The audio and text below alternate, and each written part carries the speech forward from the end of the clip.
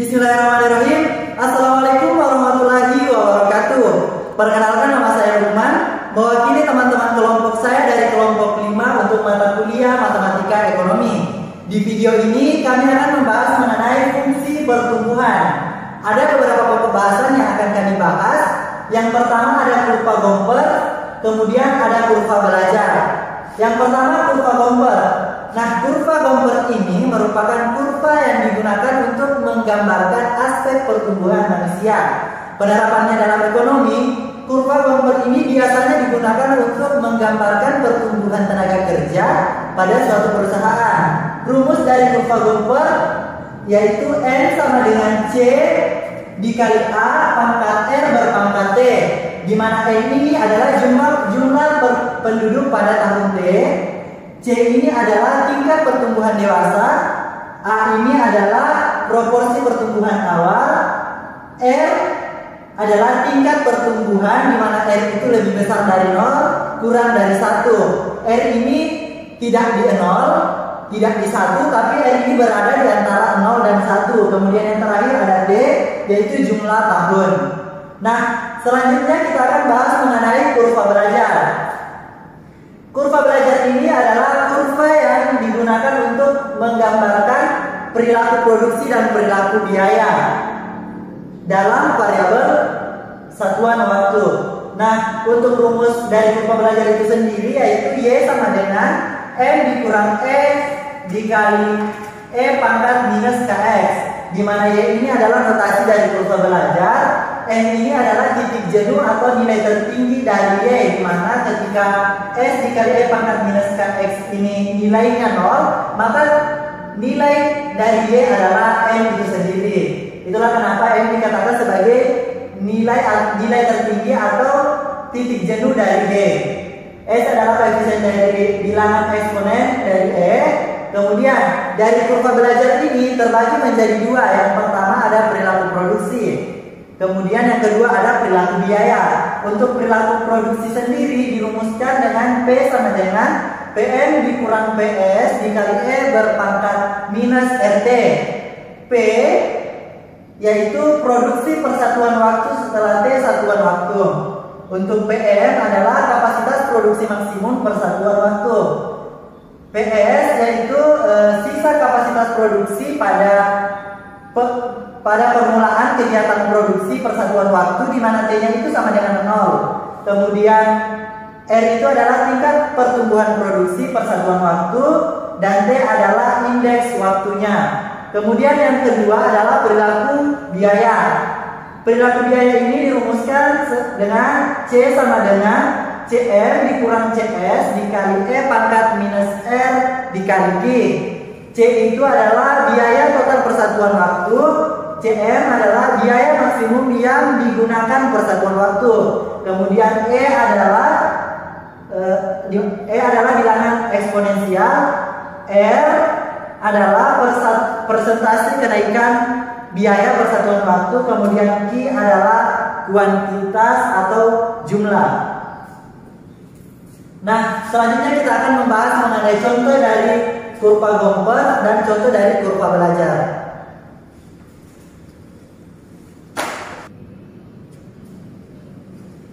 Nah, kita lanjut. Kita akan membahas mengenai contoh dari kurva Gomper. Jadi contohnya yaitu pertumbuhan jumlah tenaga kerja sebuah perusahaan diperkirakan akan mengikuti kurva Gomper dengan N sama dengan 100 dikali 0,02 berpangkat 0,5 berpangkat T. Carilah jumlah tenaga kerja pada awal tahun dan pada akhir tahun setelah 3 tahun. Jadi dari soal ini kita akan mengetahui jumlah tenaga kerja pada awal tahun dan akhir tahun setelah 3 tahun. Nah, kita ketahui adalah fungsi kurva Gompernya yaitu N sama dengan 100 dikali 0,02 berpangkat 0,5 berpangkat T. Nah, ini adalah fungsi dari kurva bumper. Langsung saja untuk jumlah tenaga kerja pada awal tahunnya itu N sama dengan 100 dikali 0,02 berpangkat 0,5 berpangkat T. N sama dengan 100 dikali 0,02 berpangkat 0,5. Nah, karena yang ditanyakan adalah pada awal tahun, maka T ini kita misalkan sebagai 0 karena dia di awal tahun, maka T-nya sama dengan 0. Maka di sini berpangkat 0. Kemudian selanjutnya 100 dikali 0,02. 0,5 berpangkat 0 adalah 1, maka dia di sini berpangkat 1. Nah, selanjutnya 100 dikali 0,02 berpangkat 1 ini sama juga dengan 100 dikali 0,02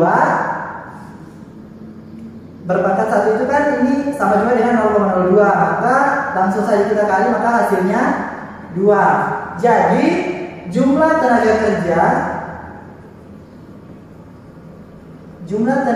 kerja pada awal tahun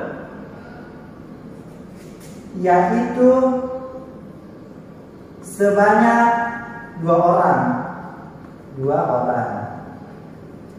Nah, selanjutnya kita akan cari jumlah tenaga kerja pada 3 tahun selanjutnya. Maka kita lanjut.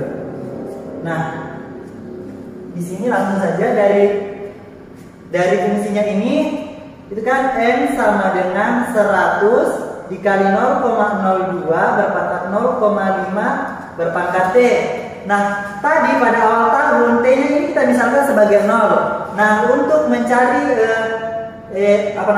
setelah 3 tahun, maka T-nya ini kita ubah menjadi 3 karena 3 tahun selanjutnya. Jadi N sama dengan 100 dikali 0,02 berpangkat 0,5 pangkat 3. 100 dikali 0,02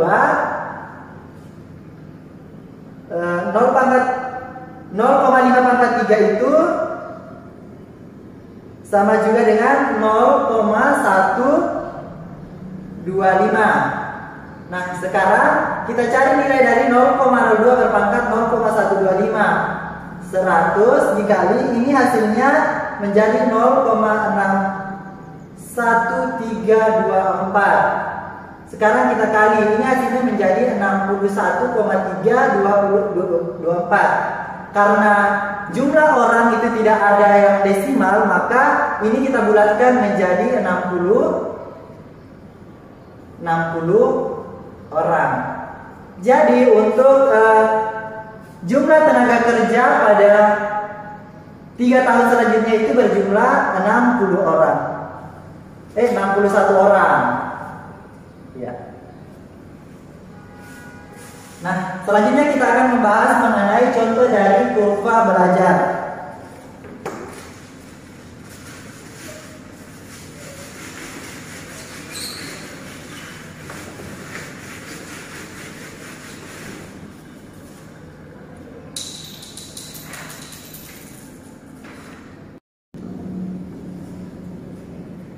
Nah, selanjutnya kita akan membahas mengenai contoh dari kurva belajar. Untuk contoh dari kurva belajar ini kita akan mengambil contoh dari perilaku biaya, di mana rumus dari perilaku biaya itu C sama dengan CM dikurang CS dikali E pangkat minus R D. Nah, contohnya itu biaya produksi total dalam jutaan rupiah dari sebuah perusahaan dapat dinyatakan pada persamaan C sama dengan 100 dikurang 50 E pangkat minus 0,02 Ki. C dinyatakan biaya produksi dan Q menyatakan kuantitas penduduk. Yang ditanyakan berapa besar biaya tetapnya. Maka yang ditanyakan adalah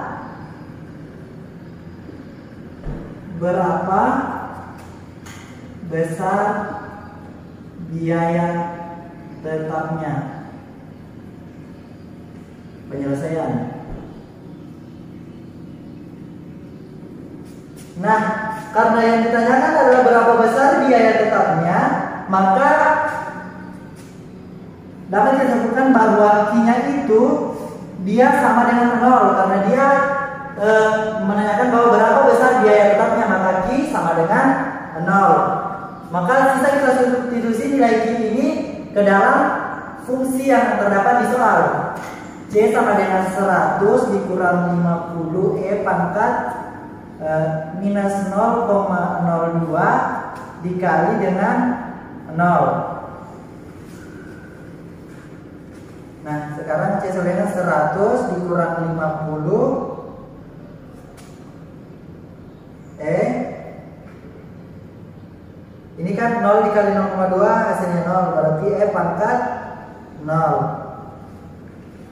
100 dikurang 50 E pangkat 0 kan sama dengan 1 dikali 50 maka 100 dikurang 50 sama dengan 50. Maka biaya tetapnya dengan Q sama dengan 0 itu sama dengan 50. Nah, sampai di sini pembahasan dari fungsi pertumbuhan dari kelompok 5.